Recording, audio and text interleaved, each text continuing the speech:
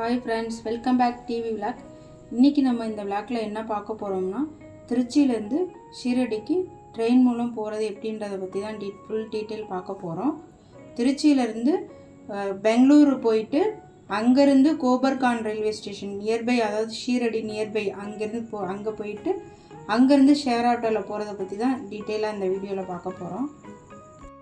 நம்ம போக வேண்டிய ட்ரெயின் ஷார்ப்பாக 8:15க்கெலாம் ஜங்ஷனுக்கு வந்துருச்சு. இதோட டைமிங் 8:30க்கு இங்கேருந்து கிளம்போம். நம்ம போக வேண்டிய ட்ரெயின் பார்த்திங்கன்னா மைசூர் எக்ஸ்பிரஸ்ஸு.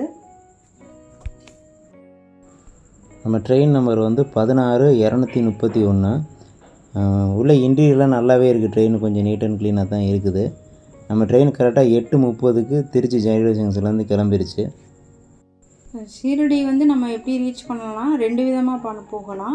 ஒன்று விமானம் மூலமாக போகலாம், இல்லை ட்ரெயின் மூலம் போகலாம். விமானம்னா சென்னை டு ஷீரடிக்கு டெய்லி இருக்குது. பெர் ஹெட்டுக்கு 6000 பேமெண்ட் பண்ணுற மாதிரி இருக்கும். அப்படி இல்லைன்னா பெங்களூரு டு ஷீரடி டெய்லி இருக்குது. பெர் ஹெட்டுக்கு 5500 பேமெண்ட் பண்ணுற மாதிரி இருக்கும். இப்போ 2வது வழியை சொல்லியிருந்தேன் இல்லையா, அது ட்ரெயின் மூலம் தான் போகிற மாதிரி இருக்கும். ட்ரெயின் உங்களுக்கு வீக்லி எக்ஸ்பிரஸ் சென்னையிலேருந்து, சென்னை சென்ட்ரல்லேருந்து இருக்குது. அது புதன்கிழமை தூரம் இருக்குது. காலை 10 மணிக்கு கிளம்போம். 25 ஹவர்ஸில் போய் சேர்ந்துடும். பட் இந்த ட்ரெயினில் உங்களுக்கு 3 மாதத்துக்கு முன்னாடியே நீங்கள் புக் பண்ணாலும் டிக்கெட் கிடைக்கிறது ரொம்ப ரொம்ப கஷ்டம். ஸோ அதே வெயிட்டிங் லிஸ்ட்டில் தான் இருக்கும். நம்ம ட்ரெயின் ஷார்ப்பாக 5:30க்கு பெங்களூர் கேஎஸ்ஆர் ஜங்ஷனுக்கு வந்துருச்சு. இப்போ நமக்கு அடுத்த ட்ரெயினுக்கு 4 ஹவர்ஸ் டைமிங் இருந்ததுனால இங்கே நாங்கள் வெயிட்டிங் ஹால்லேயே ரெஃப்ரெஷ் ஆகிட்டு டிஃபன் காலையில் இங்கே ஜங்ஷன்லேயே முடிச்சிட்டோம்.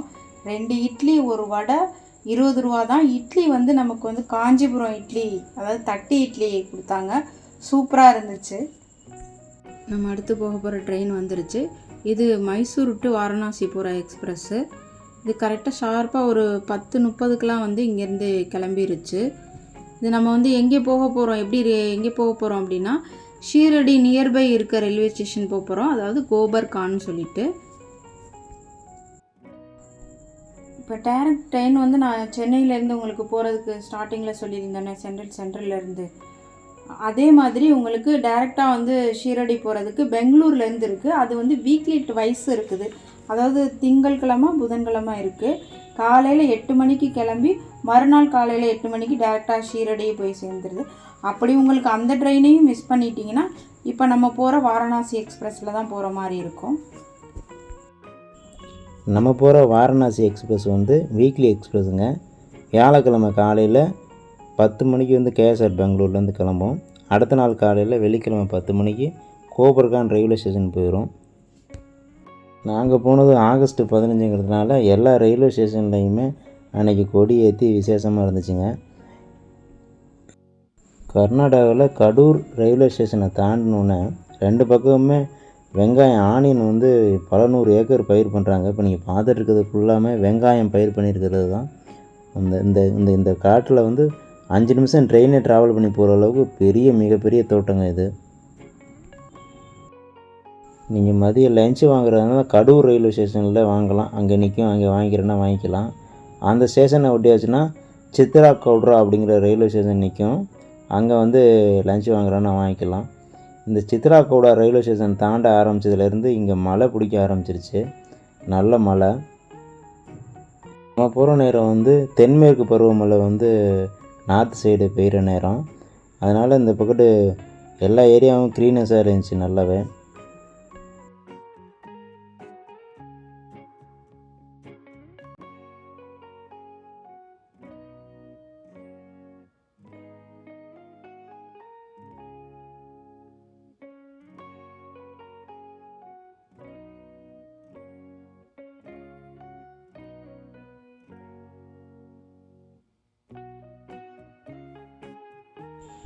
நம்ம ட்ரெயின் குண்டக்கல் ஜங்ஷன் வந்திருக்குது. நீங்கள் இங்கே வெரைட்டி ரைஸு, இட்லி, தோசை எது வேணாலும் இப்போ இரவுக்கு வாங்கிக்கலாம். நாங்கள் இட்லி வாங்கிக்கிட்டோம். இந்த இடத்துல விட்டாச்சுன்னா அப்புறம் நீங்கள் மந்திராலயா ஜங்ஷன் தான் இருக்கும். மந்திராலயாவில் கடையெல்லாம் இல்லைங்க. நீங்கள் குண்டக்கல் ரயில்வே ஸ்டேஷனை தாண்ட விடாமல் நீங்கள் நைட்டு டிஃபன் வாங்கிக்கிட்டுருங்க. குண்டக்கல் ஜங்ஷனில் ட்ரெயின் 15 நிமிஷம் நிற்கும். நமக்கு நைட் டிஃபன் வாங்குறதுக்கு தேவையான அளவுக்கு நேரம் இருக்குது. வெரைட்டி ரைஸு, இட்லி, தோசை, அண்டா பிரியாணி கிடைக்கிது. நாங்கள் இட்லி தான் வாங்கிக்கிட்டோம். இதை விட்டு ஆச்சுன்னா உங்களுக்கு மந்திராலயா ஜங்ஷன் தான் நிற்கும். அங்கே ட்ரெயின் 2 நிமிஷம் தான் நிற்கும். இப்போ நம்ம நிற்கிறது மந்திராலயா ஜங்ஷனு. இந்த நிமிஷம் இங்கே ஒரு 2 நிமிஷம் தான் நிற்கிது. நீங்கள் அங்கேயே டிஃபன் வாங்கிக்கிட்டுருங்க. மந்திராலயாவில் என்ன ஃபேமஸ்னால் ராகவேந்திரா சாமிகளோட ஜீவ சமாதி இங்கே தாங்க அமைஞ்சிருக்குது. துங்கபத்ரா நதிக்கரையில் இருக்குது. இந்த மந்திராலயம் கர்நாடகாவுக்கும் ஆந்திராவுக்கும் பார்டரில் அமைஞ்சிருக்குங்க. ஆனால் கோவில் இருக்கிற இடம் ஆந்திரா பகுதிக்கு சொந்தமானது தான். இந்த ஏரியாவில் இது ரொம்ப ஃபேமஸான கோவிலுங்க.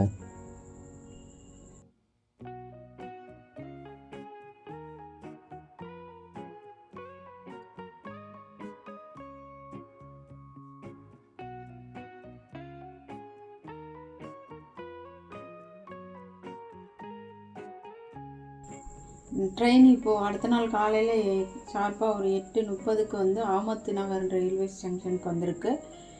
இங்கே டிஃபன் வாங்குறதுனா இங்கே வாங்கிக்கோங்க. இல்லைன்னா அடுத்து நீங்கள் கோபர்கான் போயிட்டிங்களா, அங்கே எதுவும் கிடைக்காது. அதுக்கப்புறம் நம்ம கோயில் போகிறதுல தான் மும்முரமாக இருக்கும். ஸோ டிஃபன் வாங்குறதுனா இங்கே வாங்கிக்கோங்க. இங்கே இட்லி வடை கிடைக்கிது. அது இல்லாமல் பாவ் பாஜி பண்ணில் வடை வச்சு கொடுக்குறாங்க. அதாவது வடா பாவுன்னு சொல்லிட்டு 30 ரூபா ஒரு பீஸு வாங்காங்க. இட்லி வாங்கலை, வடா பாவு தான் வாங்கினோம். இங்கே சமோசா வாங்கினாலும் 2 பச்சை மிளகா, வடா பாவு வாங்கினாலும் 2 பச்சை மிளகா, என்ன வாங்கினாலும் 2 பச்சை மிளகாய். எல்லோரும் நல்ல காரம் சாப்பிட்றாங்க அந்த சைடு. ட்ரெயின் இப்போ கிராஸ் பண்ணுற இடம் கோதாவரி ரிவரு. இதுதான் மகாராஷ்டிராவை ரொம்ப ரொம்ப செழுமையாக்குற ஒரு ரிவர், முக்கியமான ரிவரு. அதாவது தமிழ்நாட்டில் காவேரி மாதிரி.